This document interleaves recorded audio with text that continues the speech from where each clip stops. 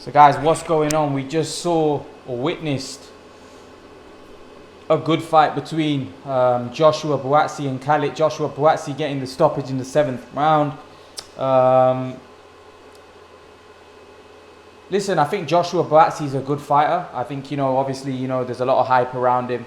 But I think we need to pump the brakes a little bit. I think it was a decent performance. A performance where he showed grit, he showed good chin, showed heart. And the guy that he was fighting was awkward, was tough. He had good experience. But again, he wasn't a world beater. And for me, Joshua Buatsi got hit a lot in that fight. We're talking... Now listen, you've got to give the guy the benefit of the doubt because, he's been out for a long time. And the other guy, Calic, he could fight a little bit. And he was tough and he was bigger than Buatsi. And he could take his punishment, could take his punches, which, a lot of other Buatsi opponents just fell over. Whereas this guy was taking his punches. And what that makes you think is that when you start moving up the levels, Buatsi's power, is it going to be as what it was at lower level? Of course it's not. That happens with everybody. As soon as you start stepping up to the world level or tougher fights, they take your punches, they absorb your punches. They're not there to make up the numbers, they're there to win. And Calic was there, I would say he was there to win, but as soon as the going got tough, he had a broken jaw. Apparently, that's what Buatsi said. So if that's the case, then he wanted, after that 7th round when he got caught with a good shot, he looked like he was getting tired. He just opted. He didn't want to go on. I think the referee should have stopped it when he let the fight go on because he's looking at his corner. I think the guy didn't want to carry on. But nevertheless, in terms of Joshua Buatsi, I think Buatsi is obviously a talent. But I think all this hype around him and the fact that they're trying to fast forward him, I think they should pump the brakes a little bit because I don't think he's anywhere near world level. And I think if they were to put him in a fight where even fringe world level, I'm talking the likes of Joe Smith Jr., John Pascal, Marcus Brown, Badu Jack, guys like that, and even guys less than that, like Barrera that they're talking about. Like, Barrera gave Andre Ward a tough fight, right? That wouldn't be a smart move for me, for Buatsi. I think Buatsi needs to go down the domestic route and he needs to fight Yard, or he needs to fight... I don't think they're going to even put him in with Yard or Callum Johnson next. I think you're going to see another fighter like this. He said he wants to move forward, but I think you're going to get someone like this. And then you maybe early next year, you may get to see him in a fight with Johnson or Yard. But I do think put him in there with anyone that's fringe world level or world level is a mistake right now, because that fight clearly showed that there's a lot of areas for improvement. Defensively he got hit way too much. That guy was landing not just one, combination punches on him. He bust and he hurt his eye. I don't know, I hope his eye's not that bad and he doesn't need long out. But again, I do think that Buatsi's a talent. I do think Buatsi's that could go far. But the problem is with the light heavyweight division, there's a lot of killers in that light heavyweight division. Lot of killers. We're talking even fringe world level. There's a lot of killers. And even at domestic level, you've got guys like Yard and Callum Johnson, Buatsi, and I actually think that Buatsi needs to go down that route. I think he needs to forget about the world level yet, because I just think that's a step too far right now. From that performance, I'm not sure he's ready for even a Sullivan Barrera. Like, if you were to put him in there with Sullivan Barrera next fight, that's a 50-50. Matthew Macklin said when Yard fought Kovalev, he said Buatsi beats Kovalev. He said Buatsi would beat Kovalev now. No, he wouldn't. Not on that, he wouldn't. See, the thing is, when you fight lower level competition and you're knocking them out and you're looking impressive, you look like a world beater, you look special. As soon as you step up a level a little, there's flaws that start to show, because the level of competition is getting stiffer and the guys that are coming, like I said, are coming to win. And there's a lot stiffer competition. So for me, him fighting the guys that he's fought, because really Buatsi's not really fought anyone of note up until this guy, right? And even this guy is no world beater. He was a decent test for Buatsi. But to say that Joshua Buatsi, even like, we know Kovalev was washed up, and of course Matthew Macklin's not talking about a prime Kovalev, but even a washed up Kovalev for me would have beaten this version of Buatsi any day. You know, so I don't see. You know, let's not forget Kovalev fought Canelo and he was up on the scorecards after 11 rounds. That fight was competitive against Canelo, and I don't think anyone or any of you would think that Buatsi would beat Canelo, irrespective of the fact that he may be bigger than Canelo. I'm pretty sure none of you would favour him to beat Canelo. So again, I'm not hating on Buatsi. Buatsi's a good fighter, good talent, but I just think people need to pump the brakes a little bit. You know, when you hear the Sky Sports commentary, they do make out like the guy's the next big thing since the next, you know, best thing since sliced bread. He's a good fighter, don't get me wrong, but I just think they need to pump the brakes. And you know, I don't think he's as good as what they're making him out at the minute. Let his career unfold. We just don't know yet. He might go on to become a world beater, but at the minute, you know, fighting the competition that he's fighting, we can't really judge, because as soon as you step up, it's a different ball game. What did you make of his performance? Personally, I think obviously he struggled in that. Obviously, he had 400 days out, but personally, I think now he should start moving forward. I think he should fight a few more European type of level fighters, and then probably go in there with someone like a Callum Johnson and someone like Anthony Yard. And then if he can then beat those guys, then go for the world title. In my opinion, I don't think world title. We're talking about. Listen, this is what the route that I think he should take. I think he should be domestic level, which is Yard or Johnson. That's what I think as well. Yeah, so that should be his next big fights. If he's able to win, because to me they're 50-50 fights. For me, Yard Buatsi is a 50-50 fight. For me, Callum Johnson Buatsi is a 50-50 fight. It's not a foregone conclusion that he wins those fights, right? Yeah. And then he needs to forget fighting for a world title. Then he needs to fight a Badu Jack. Then he needs to fight a Marcus Brown. Then he needs to fight a John Pascal. Then he needs to fight guys on that level, right? Joe Smith Jr. He needs to fight guys on that level before we start talking about him in there with Beterbiev. You know, because that would be crazy. You know, those guys are a lot more accomplished than Joshua Buatsi. And to be honest, on that performance, I would pick all of those guys as a favourite against Buatsi. So I think we need to pump this is what I'm trying to say, that I think Buatsi needs to take it one step at a time. His next big fight, right, I'm pretty sure he's going to fight again in December, but that's not going to be against Callum Johnson or Yard.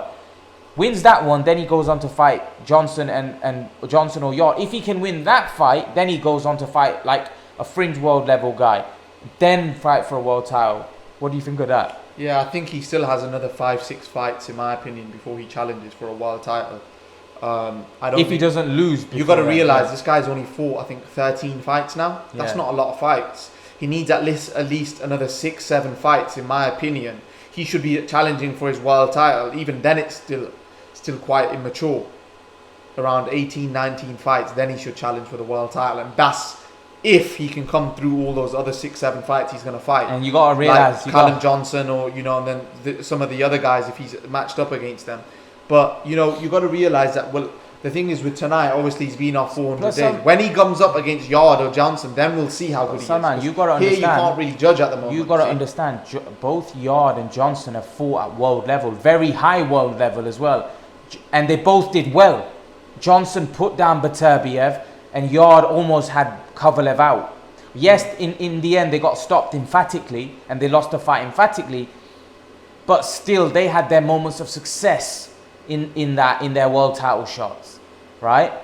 So they know pushovers for Buatsi, but that's like I said, to me, those guys are 50-50 fights. Yeah, but those guys are actually coming to fight. That's what I mean. So that will be, in my opinion, Buatsi's proper test. And if he can beat those guys, if he can beat Johnson and he can beat Yard, right? Then you got to then as I said, then he's a very good fighter, because those guys are, people rate them quite highly, and then I think he should deserve a world title shot if he can beat those guys, though. If he can beat them emphatically as well, which I don't think he will, because I think those guys are tough, and as I said, they're coming to fight. But we'll see how much how much bottle he has in those fights, if he's as good as we think he is. Yeah, I think. Listen, the fight. I would say, on this performance, don't really judge him, because the reason I say that, loads of upcoming fighters have like bad fights when they're coming up. sometimes you get into those tough fights. I'm pretty sure Callum Johnson's had those type of tough fights. I'm pretty sure Anthony Yard coming up probably had a few tough fights. You know, you get these tough fights. So until he's actually in there with one of those guys, and then he gets, you know, if he gets beaten up by them, then you can say, all right, fair enough. But until he's in there with one of them, we can't really judge him. It's really unfair on him to say that, oh, he's no good, he's this, until he's in there with one of them and they expose him. Until then, we don't really know how good he is, and I don't really know how good he is at the moment until he gets in there with someone we all know, like a Marcus Brown, like a Joe Smith Jr., like a Callum Johnson, so someone we know, someone we've heard of, like in the light heavyweight division. And once he fights those guys, then we can then say, all right, this guy's this good, this guy's not that good. Until then, because he's not being tested. Even tonight, yeah, he had a bit of a tough fight. A lot of fighters coming up have tough fights, you know, coming up. It happens, it's boxing. You can't go swimming and not get wet. But let's see now, when he does step in with one of those guys, how he does. That'll be his acid test. If he can do well against those guys and beat them, then we can say that, all right, yeah, this guy can challenge. So, man, let's talk about some of the other boxing news in the world today. What's going on with Terence Crawford, Kell Brook? I don't know, to be honest. It's just, I don't know whether they're fighting. I've heard a lot of stuff from like Errol Spence that he thinks that Kell Brook can really hurt Terence Crawford. I don't know whether you've heard it, but a lot of like but he's gonna say yeah, he is gonna say that, but you know, there could be you know, truth behind that, because you know, he did have a tricky fight with Kell Brook. He wasn't you know, dominating Kell Brook until the end, really. So you have to wait and see, guys. You know, nothing's been confirmed yet.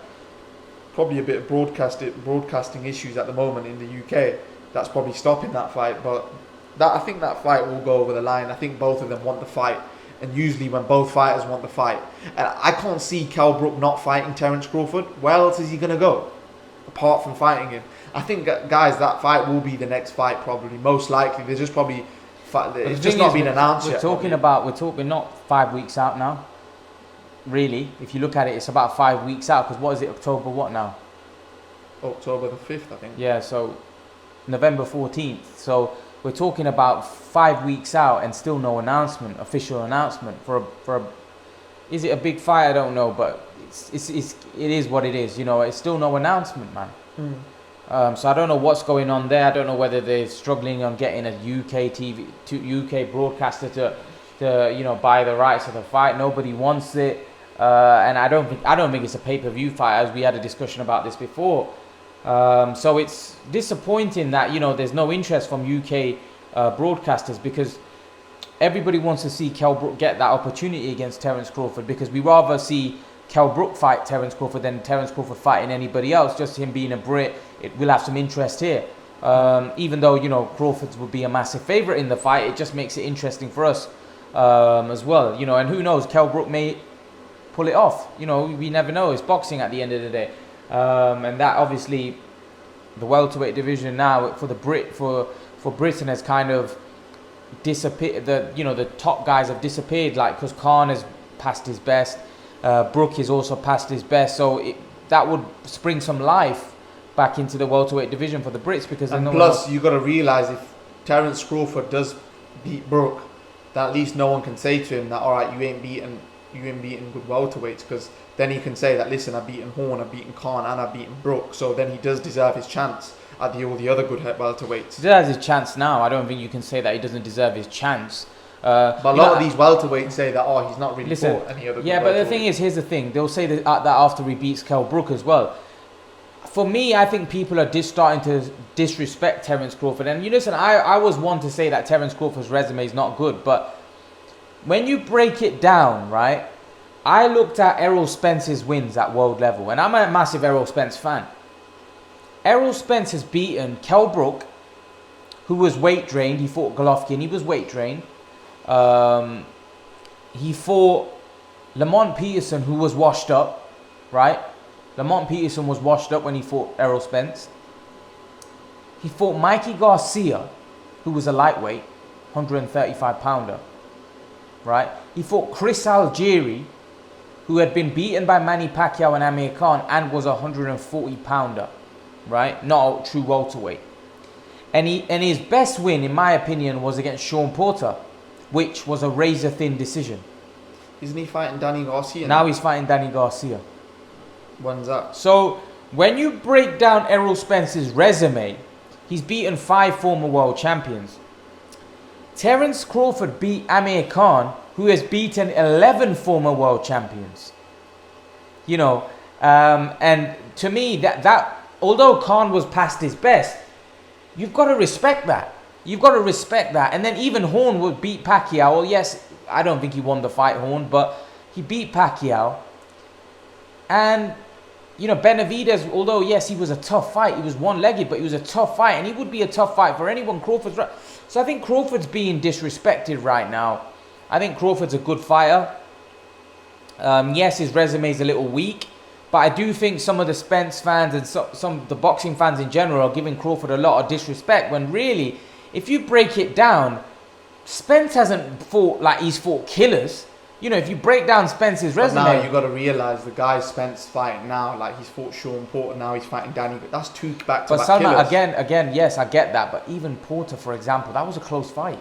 That's what I'm saying. We're talking about that fight. But the thing is with Spence, he's not... He's if he beats Danny Garcia, then he's beaten Kell Brooks, Sean Porter, and Danny Garcia. Those are 3 good welterweights that he's beaten. And then he's probably going to go on to beat probably whoever's next. Keith Thurman, maybe. I don't know who's next. Yeah, but right now, you wouldn't say... Because let's not forget, Kell Brook had 1 top-level fight at world level against Sean Porter. That was it, right? Kell Brook was coming from 160 pound after being bashed up by Golovkin, right? So he was damaged goods when he fought Spence as well, right? So at the end of the day, you know, I don't like. Listen, Spence is a great fighter. I like Spence. I'm a massive fan, but I do think that, you know, don't disrespect Crawford's resume when Spence, although he's a great fighter, his resume is not that special either. You know, fighting 130. You know, if you look at it, the most accomplished fighter that Spence has fought is probably Mikey Garcia. You know, Mikey Garcia is a 3 or 4 weight world champion, but Mikey Garcia was a natural lightweight. He's a guy coming down from... I think personally, you know, Spence, I think his resume will get a lot better now. Yeah, I think... Within the next 1 or 2 years, don't get me wrong, I'm not saying... I think Spence is the truth, I do. But I do think also that because right now his resume is not that great. I do personally feel that Spence will beat all the PBC guys. I think he'll beat them. Because I just think he's just got a lot more to offer. Like with Thurman, I think Thurman gets knocked out in that fight personally.